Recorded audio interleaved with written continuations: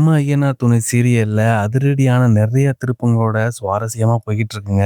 ஒரு வழியா அந்த பொண்ணு சோழன் இல்லைன்னு சொன்ன பிறகு நிலா, சேரன், பாண்டியன் எல்லாரும் சோழனை அழைச்சிட்டு வீட்டுக்கு வந்துகிட்டு இருக்காங்க. கார்ல சோழன் வீட்டுக்கு போறப்ப நடந்த எல்லா விஷயத்தையும் நினைச்சு பார்த்துக்கிட்டே இருக்காரு.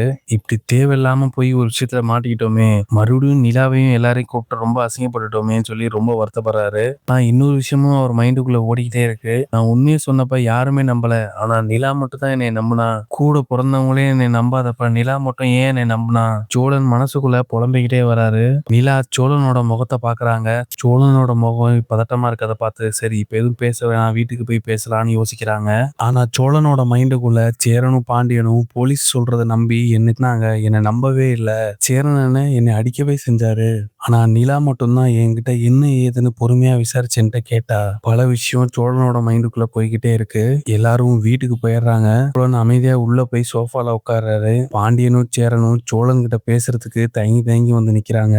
நிலாவும் என்ன பேசுறதுன்னு தெரியாம அமைதியா சோழன் பக்கத்துலயே நிக்கிறாங்க. சேரனனை சோழனை பார்த்து, டேய் சோழா, எங்களை மன்னிச்சிடுறா, அவங்க கூட சேர்ந்து நானும் உன்னை பேசிட்டேன், அடிச்சிட்டேன் வேற, என்னை மன்னிச்சிடான்ட்டு சேரன் சோழன்ட்ட மன்னிப்பு கேட்கிறாரு.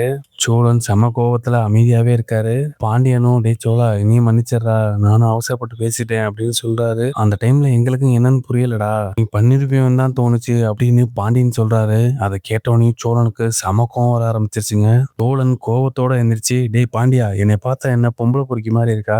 நிலாவை தவிர நான் எந்த பொண்ணு மேலேயாவது விருப்பப்பட்டிருக்கேனா? நான் காயத்ரி கிட்ட பேசினதும் அன்னைக்கு நான் நிலாவை வெறுப்பேத்தணுங்கிறதுக்காக தான். அதுக்கப்புறம் நான் எந்த பொண்ணுகிட்டையும் அந்த மாதிரி கூட நான் பேசுறது கிடையாது. உங்களுக்கெல்லாம் என் மேல நம்பிக்கையே இல்லைல்ல. ஆனா நீங்க எல்லாம் நம்பாதப்ப நிலா மட்டும் என்னை நம்பினா. நான் உங்ககிட்டயும் அழுது கெஞ்சி சொன்னேன். ஆனா நீங்க என்னை நம்பவே இல்லை. யாராவது என்ன நடந்துச்சுன்னு கேட்டீங்களா? ஆனா நிலா கேட்டா, உண்மை என்னன்னு கேட்டு எனக்காக பேசினா. ஆனா நீங்க என்னன்னு கூட கேட்காம அவங்க கூட சேர்ந்து நீங்களும் அதே மாதிரி பேசுனீங்க. எனக்கு உங்க மேல இந்த நம்பிக்கையே போயிருச்சு. நிலா மட்டும் இல்லைன்னா நான் கண்டிப்பா ஜெயிலுக்கு தான் போயிருப்பேன். இல்ல என்னை கொன்னு போட்டாலும் கொன்னு போட்டிருப்பாங்க.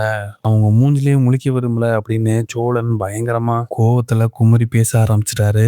சோழன் கிட்ட, சோழன் கொஞ்சம் பொறுமையா பேசுங்க, ஆத்திரத்துல வார்த்தையை விடாதீங்க. அவங்க என்ன பண்ணுவாங்க, அந்த சுச்சுவேஷன்ல நிறைய பேருக்கு அப்படிதான் தோணும். நான் உங்களை நம்புறேன் சோழன், நீங்க அவங்க மேல கோவப்படாதீங்க. உங்களுக்கு ஒரு பிரச்சனையும் பதட்டத்தோட வந்தாங்க. அவங்களுக்கு அந்த டைம்ல ஒன்றும் புரியல. தயவு செஞ்சு வார்த்தைகளை விடாதீங்கன்னு சொல்லி நிலா பொறுமையா எடுத்து சொல்றாங்க. சோழன் டக்குன்னு நிலா கையை பிடிச்சி கதறி அழ ஆரம்பிக்கிறாரு. என்னை மன்னிச்சிரு நிலா, உன்னை அடிக்கடி காயப்படுத்திக்கிட்டே இருக்கேன். நான் எதுவுமே பண்ணலனாலும் என்னை சுத்தி ஏதோ தப்பு நடந்துகிட்டே இருக்கு. நீ எப்போதுமே சங்கடமான சூழல்ல தான் கொண்டாந்து விடுறேன், என்னை மன்னிச்சிரு நிலா அப்படின்னு சோழன் கெஞ்சி அழறாரு. இதுதாங்க நாளைக்கு நடக்க போறது. ஏன்னா துணை சீரியல் அப்டேட் உடனே தெரிஞ்சுக்கணும்னா மறக்காம சீரியல் எக்ஸ்பிரஸ் சேனலை சப்ஸ்கிரைப் பண்ணிக்கோங்க.